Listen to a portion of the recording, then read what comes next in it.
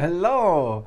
I apologize first for my gaunt appearance. I'm finally getting my sleep under wraps after this weekend. I just want to share a couple of things. So first, we're in the full moon. There's I think two distinct phases of this full moon, which actually technically, oh, there's so many jokes there. Technically, every lunar phase is a phase, and also there's only 2 days for each full moon. Anyways, but I think it's pretty marked that we have the first day with moon being directly conjunct Saturn, like it is right now, and tomorrow it'll be directly conjunct Jupiter. And so we have these two different vibes. The first vibe for today is focusing on a bit more serious things, more security oriented, more as per our life, as per our emotions, etc. I think, long story short, it's really important to focus on the long term. And if you don't feel good about your long term visions, your plans, what you're working on that's giving you structure, this is a really good time to break on through to the other side and figure that out. For me, it's been really wonderful just today how this has played out. As so many people know, I've been struggling with a book for the last 2 years, and I've written like 320,000 words across 3 volumes, and getting across the finish line has been very difficult. And I realized today, in addition to that, I want to do another book. All of these are astrology related. Another book that talks directly about what I've learned spiritually and philosophically, as well as psychologically, sociologically, about astrology and studying astrology for people who aren't necessarily don't know really in-depth stuff. And I realized today, I could just do that in a really short version. I can do an abridged version of that, because eventually I do want to make like an 80,000, 100,000 word book of that. But like a 20,000 word, that would be really good. That would help a lot of people. And I feel really inspired to do that. So that's been really good. And then after that, I'll get into finally finishing volume 1 of that monster of a behemoth that I have been working on. And then that'll be 170,000 words. It's close. But anyways, long story short, I think that's something that's really important for all of us is if you feel restricted emotionally, if you feel kind of down, like I have been about this book, because I've been wanting to finish volume 1, but it's just inspiration hasn't been there. I haven't forced it at all. I don't force anything. And I've known like, okay, well, it's not clicking, It suddenly came to me today, and I think this is present for all of us. Today, there's a great opportunity to adjust with this full moon.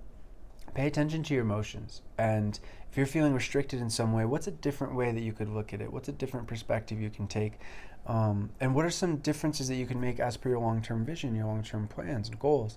For me, with this book, this is huge. I feel so inspired. I'm like, that would be so easy. After writing 320,000 words, 20,000 words is nothing. Easy. And then that's a good start on that next book, which is like book technically 3 in the process, whatever. But yes, long story short, today is a really good kind of sobering check-in point, and it can be a really lovely check-in point. As you can tell, like I feel liberated by this. I feel inspired. I feel free, and I think that's the key. If you don't feel free, it's really important to look at, okay, what's binding me? What's a different approach I could take?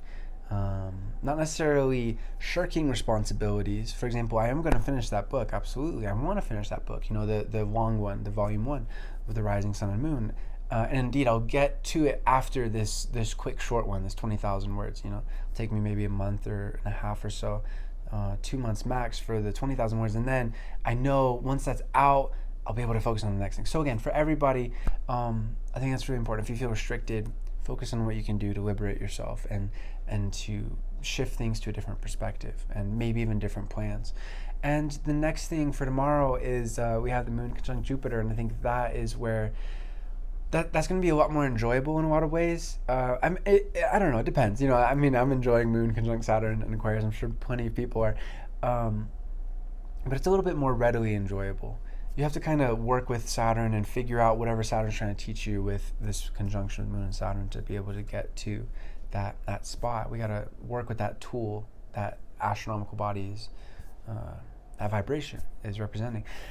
And anyway, so for tomorrow, it's going to be a lot easier with Jupiter. It's going to be a lot more enjoyable. I don't even know if there's really that much more to say than that. I think just essentially enjoy this full moon in general. It's a really beautiful chance to get in touch with ourselves as individuals with the Sun and Leo energy, and to be able to get in touch with how we can fit into the collective And if we feel really in tune with that, how am I contributing to humanity? How am I, as I always like to say, doing my role as a crew person here on Spaceship Earth, and my unique particular role that only I can do?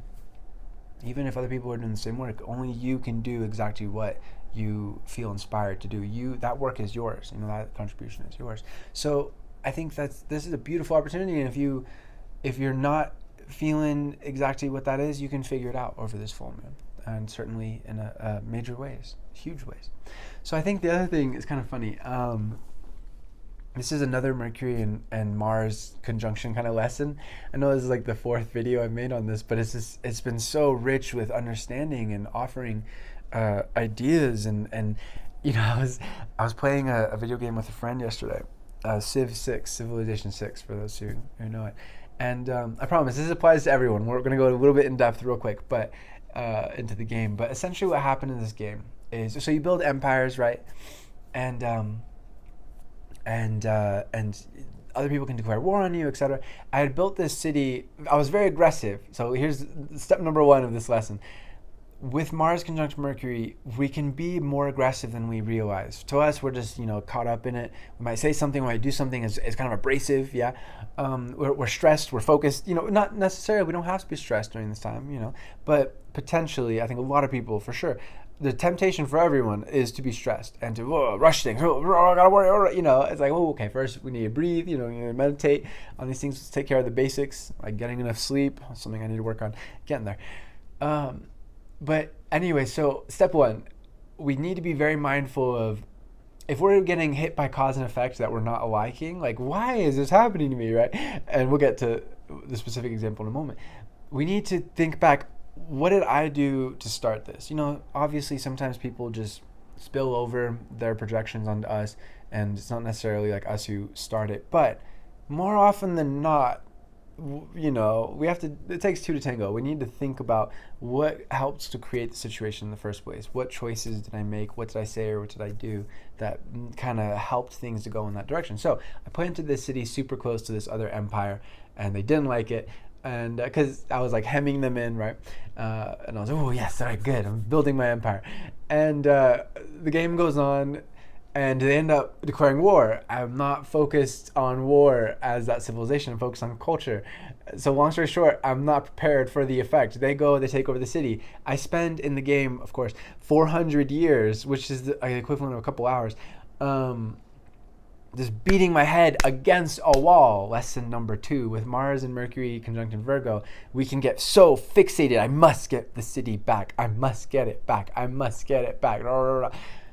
That I'm just always one step behind. I'm not prepared for that particular challenge. And I think that's another lesson here too, is relinquish control. Just do your best. That's, of course, it's important in general, but especially with this conjunction, just do your best. That's all that's needed to do.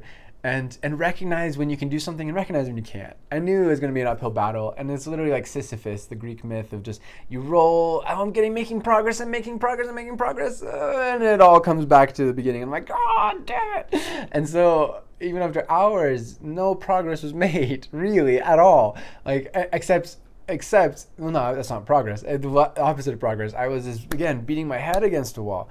And I think it's really tempting for all of us with this conjunction, is just to fixate and to miss the bigger picture. And that's ultimately the lesson that I learned from that. And because I was really pondering, I was like, how could I do this differently?